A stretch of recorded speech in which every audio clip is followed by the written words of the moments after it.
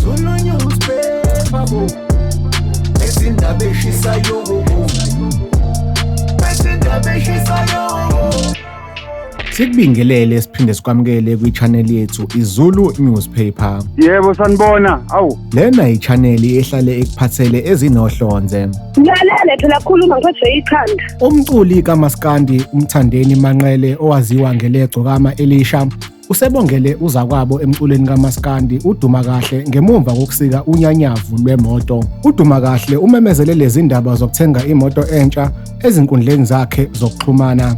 Ube esebhala wathi, "Bafowethu, angiphiwanga ukukwazi ukushaya ispeech mangikhuluma, kodwa bafowethu ngicela ukubonga nasi isibusiso esiqhamuka kubathandi bomculo kaMaskandi, abahleli bemicimbi, amadlozi akithi kanye noNkulunkulu wami. Izithelo zamandla obuciko bafowethu. Nansi iodi yawo amandla enu. Mawuhlangana nayo emgaqweni ibhalwe ukuthi Phathas GP, ushaye isaluthi kobe kuyimi loyo. uNkulunkulu ukhona.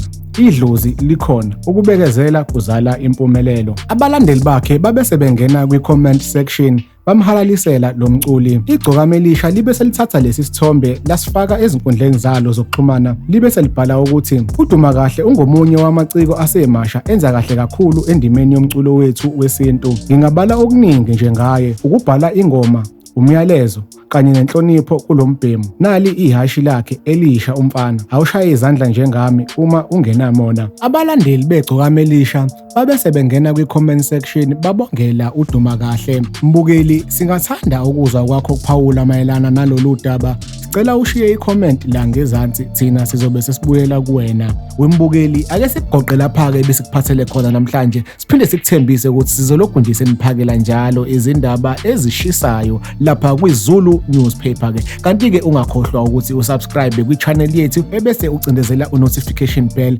ukuze sizokwazisa njalo uma kunomfanekiso ofana njengalo esiwufakile. Ake siyibambeni khona lapho bese sithi nje salute.